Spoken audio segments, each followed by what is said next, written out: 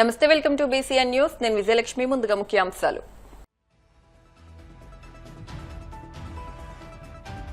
చల్లపల్లి పేలుడు ఘటనలో గాయపడ్డ పోలీసులను పరామర్శించిన హోంమంత్రి అనిత. మెరుగైన వైద్యం అందించాలని అధికారులకు ఆదేశం.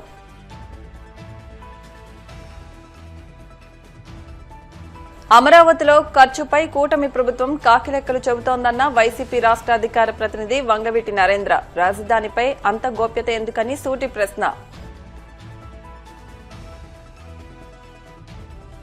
ప్రజా సమస్యల పరిష్కార వేదికలో అందిన అర్జీలను త్వరితగతిన పరిష్కరించండి. అధికారులకు కాకినాడ జిల్లా జాయింట్ కలెక్టర్ అపూర్వ భరత్ ఆదేశాలు.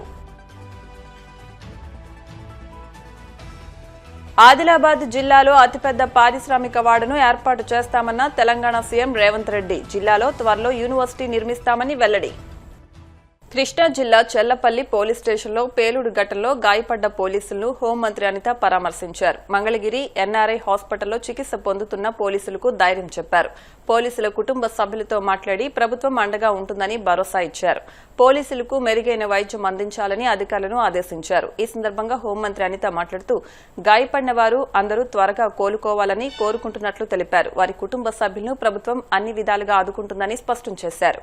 దురదృష్టకర సంఘటన మొన్న చెల్లపల్లి కృష్ణా జిల్లా చెల్లపల్లి పోలీస్ స్టేషన్ పరిధిలో ఒక క్రాకర్స్కి సంబంధించి ఒక బ్లాస్ట్ జరగడం. ఆ రోజు డ్యూటీలో ఎస్ఐ గారు, అదేవిధంగా కోర్టు కానిస్టేబుల్, అదేవిధంగా డ్రైవరు, అదేవిధంగా కొంతమంది అక్కడ మనకి ఈ కోర్టుకి సబ్మిట్ చేసే వ్యవహారంలో, అంటే అది క్లియరెన్స్ విషయంలో కోర్టుకి చూపించాల్సిన విషయంలో తీసుకెళ్తుండగా ప్రమాదం జరిగింది. ఆ ప్రమాదంలో ఎస్ఐ దుర్గా అబ్బాయి, అదేవిధంగా అబ్దుల్లా, అదేవిధంగా నాగరాజు, వీళ్ళు ముగ్గురు కూడా గాయపడడం.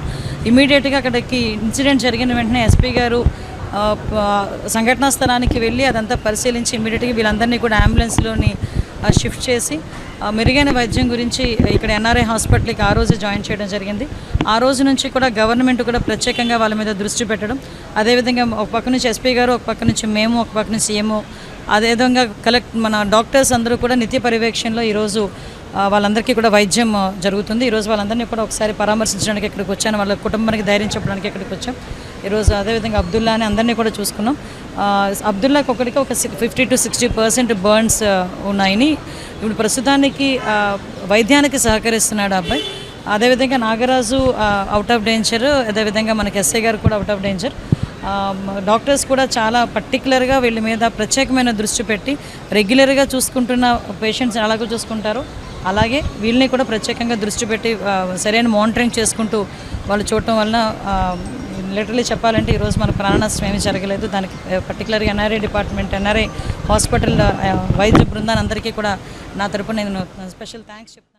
అమరావతి రాజధానిపై ప్రజల్ని మరోసారి మభ్యపెట్టేందుకు కూటమి ప్రభుత్వం ప్రయత్నిస్తోందని, ఆధారాలు లేని లెక్కలతో టీడీపీ నేతల తాజా ప్రజెంటేషన్లే అందుకు నిదర్శనమని వైసీపీ రాష్ట్ర అధికార ప్రతినిధి వంగవీటి నరేంద్ర వెల్లడించారు. అమరావతిలో చదరపు అడుగుకు 7,000 మాత్రమే ఖర్చు పెడుతున్నట్లు టీడీపీ చెబుతున్న లెక్కలన్నీ అబద్దాలేనని, టెండర్ల విలువ దారుణంగా పెంచి ఒక్కో ఎస్ఎఫ్టీకి 12,000 నుంచి 14,000 వరకు ఖర్చు చేస్తున్నారని తెలిపారు. అమరావతిలో నిర్మాణాలపై సమాచార హక్కు చట్టం కింద కూడా వివరాలు ఇచ్చేందుకు ప్రభుత్వం సిద్దంగా లేదని, రాజధానిపై అంత గోప్యత ఎందుకని ప్రశ్నించారు. జగన్మోహన్ రెడ్డి గారు మావిగన్ అని పేరుని ప్రపోజ్ చేశారో దాని విషయంలో జరుగుతున్నటువంటి అనేక రకాల చర్చలు మనందరం కూడా వింటున్నాం. కొంతమందికి ఆ విషయంలో ఒక మంచి ఆలోచనలు వచ్చినా ప్రస్తుతం ప్రభుత్వం మాత్రం దాని మీద అనేక రకాల తప్పుడు ప్రచారాలు చేయటమే కానీ, ట్రోల్ చేయటమే కానీ జరుగుతుంది. మరి నిన్న ఏపీ బయోడైవర్సిటీ చైర్మన్ కూడా విజయ్ కుమార్ గారు, ఇంకో 2 రోజుల క్రితం వాళ్ళ పటాభి, వీళ్ళందరూ కూడా ఇష్టం వచ్చినట్టు మాట్లాడుతున్నారు. విజయ్ కుమార్ గారు అయితే నిన్నేదో పవర్ పాయింట్ ప్రెజెంటేషన్ కూడా ఏదో చూపించారు. ఏంటిదంటే అది మీకు కూడా ఆ విషయాన్ని నేను ఒకసారి చూపించదలుచుకున్నా. ఈ విధంగా ఒక పవర్ పాయింట్ ప్రెజెంటేషన్ ఆయన సొంతగా తయారు చేసుకుని దానిలో ఏవో కొన్ని ఇంతింత ఖర్చులైన పర్ ఎస్ఎఫ్టీకి అని చెప్పి తను తయారు చేసుకున్నది కాబట్టి నచ్చిన రేట్లు ఆయన వేసుకోవడం జరిగింది. ఆయన మాట్లాడిన దానిలో ఈ పేపర్ వరకు మాత్రమే చూపించారు కానీ దీనికి సంబంధించినటువంటి ఎక్కడ ఒక డాక్యుమెంటల్ ఎవిడెన్స్ ఆయన ప్రభుత్వంలోనే కదా ఉన్నారు. ఒక డాక్యుమెంట్ ఎవిడెన్స్ అనేది అది జీవో పరంగా కానీ టెండర్ల పరంగా కానీ ఎక్కడా కూడా చూపించలేదు, చూపించే ధైర్యం కూడా చేయలేదు. ఎందుకంటే వాస్తవం వేరు, ఆయన చెప్తున్నది వేరు. కాబట్టి మరి ఆయనకి నేను ఇప్పుడు వాస్తవాలేంటని చాలా స్పష్టంగా తెలియజేస్తాను. ఆయనకే కాదు, రాష్ట్ర ప్రజలకు కూడా ఈ విషయాలు చాలా స్పష్టంగా తెలియచేయాలి కూడా. అది మా బాధ్యత. ఏంటిదంటే సిఆర్డిఏ బిల్డింగ్ 2017లో సిఆర్డిఏ బిల్డింగ్ కి వాళ్ళు పిలిచినటువంటి టెండర్లు ఎస్టిమేషన్ G+1 అప్పుడు దాదాపు 39.69 అంటే 40 కోట్ల రూపాయలు. తర్వాత దాన్ని 2018లో G+7 కింద మార్చి ఇంకొక అదనపు 43 కోట్లు అంటే మొత్తం మీద ఒక 85 కోట్ల రూపాయలు G+7 బిల్డింగ్ కి 2018లో కొటేషన్స్ పిలవడం జరిగింది. ఇవాళ అదే సిఆర్డిఏ బిల్డింగ్ G+7 కి వాళ్ళు పిలిచినటువంటి టెండర్లు వచ్చేసేసి ఎస్టిమేషన్ 73 కోట్లు. ఈ 73 కోట్లకి అదనంగా దానికి సంబంధించినటువంటి ఏసీలు కానీ లిఫ్ట్లు కానీ ఇంకా ఇతరత్ర ఎన్ఏసి జిఎస్టీ ఛార్జెస్ ఇవన్నీ జిఎస్టీ ఛార్జెస్ ఇవన్నీ స్పెసిఫిక్ ఎందుకు చెప్తున్నామంటే ఈ ఛార్జెస్ ఏవైతే ఉన్నాయో 20 కోట్ల పైన ఇవన్నీ కూడా రీఎంబర్సబుల్. అసలు యాక్చువల్ గా కన్స్ట్రక్షన్ చేసే వాళ్ళు ఎవరికైనా కూడా టెండర్లో వాళ్ళు బేర్ చేయాల్సినవి. కానీ ప్రస్తుతం ఈ గవర్నమెంట్ చేస్తున్నటువంటి అదనపు అవకాశం ఏంటంటే వాళ్ళు పెట్టే ఖర్చులు, ముఖ్యంగా శాండ్ ఎలాగూ ఫ్రీగానే ఉంది, జిఎస్టీ ఛార్జెస్, ఈ లిఫ్ట్ కి సంబంధించినవి, ఫైర్ ఫైటింగ్ సంబంధించిన ఇవన్నీ కూడా వాళ్ళు పెడుతుంటే వాళ్ళకి రీఎంబర్స్మెంట్ చేస్తున్నారు. మొత్తం దీని ఖర్చు వచ్చేసేసి 323 కోట్లేమో టెండర్ వేస్తే అది ఖర్చు వచ్చేసేసి ఈ రీఎంబర్స్మెంట్ ఛార్జెస్ ఇవన్నీ కలిపి 335 కోట్లు. దీని ఎస్ఎఫ్టీ కాస్ట్ వచ్చి 8,816 రూపాయలు పడింది. ప్రజా సమస్యల పరిష్కార వేదిక కార్యక్రమంలో అందిన అర్జీలను ప్రత్యేక దృష్టితో పరిష్కరించాలని కాకినాడ జిల్లా జాయింట్ కలెక్టర్ అపూర్వ భరత్ అధికారులను ఆదేశించారు. కాకినాడ కలెక్టరేట్ వివేకానంద హాల్లో పీజీఆర్ఎస్ రెవెన్యూ క్లినిక్ కార్యక్రమాలు జరిగాయి. కార్యక్రమంలో ZP CEO Lakshmanarao, CPO Trinath, DRDA PD Srinivas, DLDO Vasudevarao తదితర అధికారులతో కలిసి జాయింట్ కలెక్టర్ అపూర్వ భరత్ హాజరై జిల్లాలోని వివిధ ప్రాంతాల నుంచి వచ్చిన ప్రజల నుంచి అర్జీలు, వినతులు స్వీకరించారు. ఈ అర్జీలను ఆయా శాఖల అధికారులకు సూచిస్తూ వాటిపై సత్వరం సమగ్రమైన విచారణ చేపట్టి తగిన పరిష్కారం అందించాలని ఆదేశించారు. ఎన్నికలకు ముందు పీపుల్స్ మార్చ్ పేరుతో డిప్యూటీ సీఎం మల్లు భట్టి విక్రమార్క చేపట్టిన పాదయాత్ర పిప్రి నుంచే మొదలైందని, ఇక్కడ ప్రజలు ఇచ్చిన ధైర్యంతోనే కాంగ్రెస్ పార్టీ అధికారంలోకి వచ్చిందని తెలంగాణ ముఖ్యమంత్రి రేవంత్ రెడ్డి అన్నారు. పాదయాత్రకు 3 ఏళ్లు పూర్తయిన సందర్భంగా పిప్రిలో నిర్వహించిన బహిరంగ సభలో ఆయన ప్రసంగించారు. ఈ సందర్భంగా ఆదిలాబాద్ జిల్లా అభివృద్దిపై ఆయన వరాల జల్లు కురిపించారు. ఆనాడు ఈ ప్రాంతంలో నడిచినప్పుడు ఇల్లు లేని పేదవాళ్లు కలిసి ఇల్లు కావాలని 10 సంవత్సరాల నుంచి గోడు వెళ్ళబుచ్చుకున్నాం, మాకు ఇల్లు రావట్లేదనంటే ఆనాడు భారీ బహిరంగ సభలతో ఆనాటి రాష్ట్ర కాంగ్రెస్ కమిటీ అధ్యక్షుడిగా రేవంత్ రెడ్డి గారు ఒక పక్కన పీపుల్స్ మార్చి పాదయాత్రతో ఇంకో పక్కన సిఎల్పి లీడర్గా నేను ఇచ్చినటువంటి ఏ ఒక్క హామీని మర్చిపోకుండా అమలు చేయాలనేటువంటి ఆలోచనతోనే 22,500 కోట్ల రూపాయలు ఖర్చు అవుతున్నప్పటికి కూడా పేదవాళ్లకి ప్రతి శాసనసభ నియోజకవర్గంలో 3,500 ఇళ్లని 4,50,000 ఇళ్లని ఒకటేసారి శాంక్షన్ చేసి పేదల పక్షాన ఈ రాష్ట్ర ప్రభుత్వానికి ఉన్న చిత్తశుద్ధిని నిరూపించినటువంటి ప్రభుత్వం ఇది. ఆలోచన చేయండి. రైతు భరోసా ఇస్తామని చెప్పాం, చెప్పటమే కాదు పెద్ద ఎత్తున 9 రోజుల్లో 9,000 కోట్ల రూపాయలు రైతుల అకౌంట్లో వేసాం.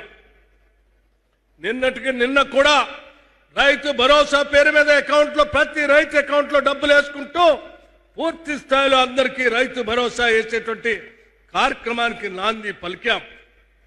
అట్లాగే 200 యూనిట్లు ఉచిత కరెంటు ఇస్తామని చెప్పి పెద్ద ఎత్తున 52 లక్షల కుటుంబాలకు ఈరోజు రాష్ట్రంలో ఉచిత కరెంటు ఇస్తా ఉన్నాం.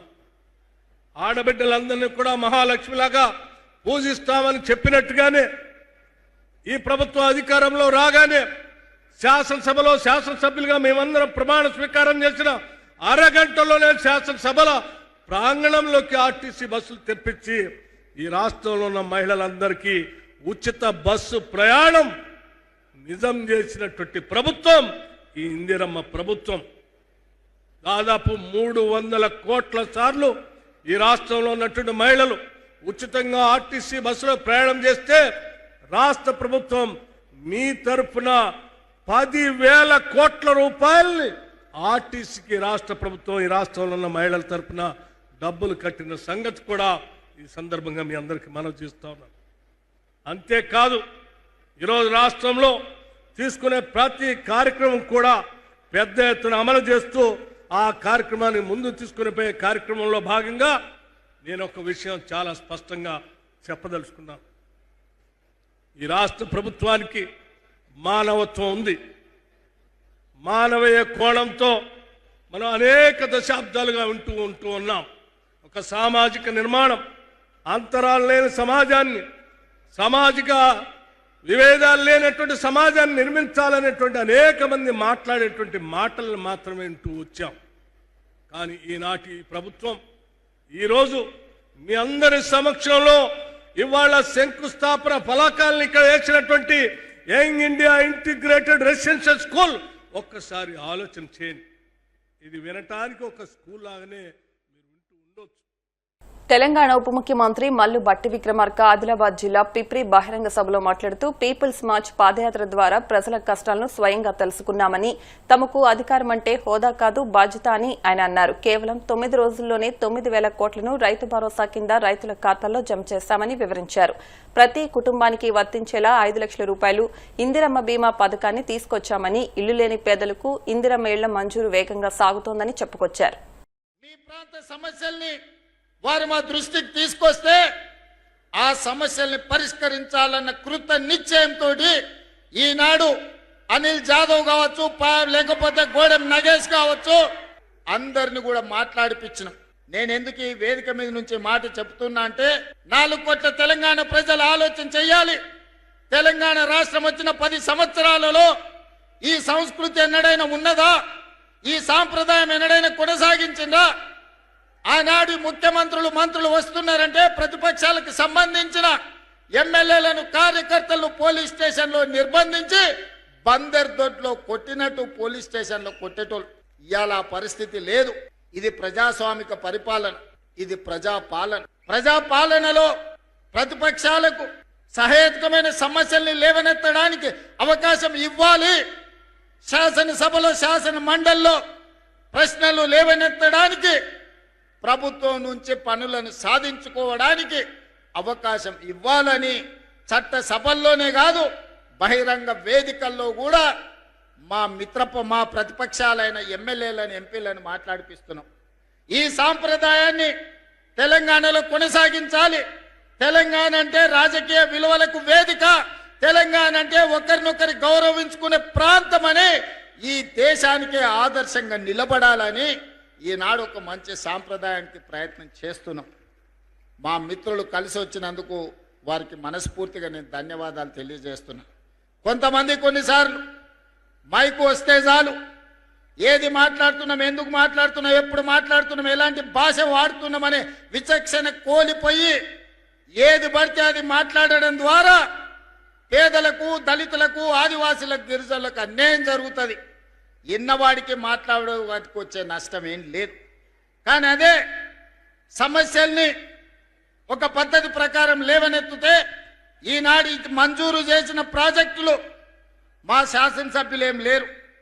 ఈరోజు young India integrated residential school కావచ్చు, సాగునీటి ప్రాజెక్టులు కావచ్చు, రోడ్లు కావచ్చు, ఇచ్చిన పనులు కాంగ్రెస్ పార్టీ శాసనసభ్యులు, పార్లమెంట్ సభ్యులు లేరు. లేకపోయినా ఇది పేదలకు అన్యాయం జరగకూడదు, పేదలకు మేలు జరగాలి, ఈ ప్రాంతంలో అభివృద్ధి పెంచాలి అని ఈనాడు ఇన్ని పనుల్ని మంజూరు చేసి ఈరోజు 1250 కోట్ల రూపాయలతోని మా మిత్రులు భట్టి విక్రమార్క గారు ఉదయం బయలుదేరే ముందు నాకు ఒక ఫోన్ చేసిరు, మనం నిర్మల్ కూడా young India integrated residential school ఇస్తే బాగుంటుంది అని. నిర్మల్లో మా ఎమ్మెల్యే గారు ఏం లేరు, కానీ అక్కడి ప్రజలు మనవాళ్ళే, అక్కడి ప్రజలు తెలంగాణ బిడ్డలే. నిర్మల్కు కూడా young India integrated residential school తక్షణమే మంజూరు చేయండి అని బయలుదేరే ముందు 200 కోట్ల రూపాయలతోటి నిర్మల్ శాసనసభ నియోజకవర్గానికి కూడా ఈనాడు స్కూలు ఇచ్చి ఈరోజు ప్రారంభోత్సవ కార్యక్రమాల్లో మనము ఇంక్లూడ్ చేసుకున్నాం. ఇప్పుడు కాసేపు ప్రకటనలు.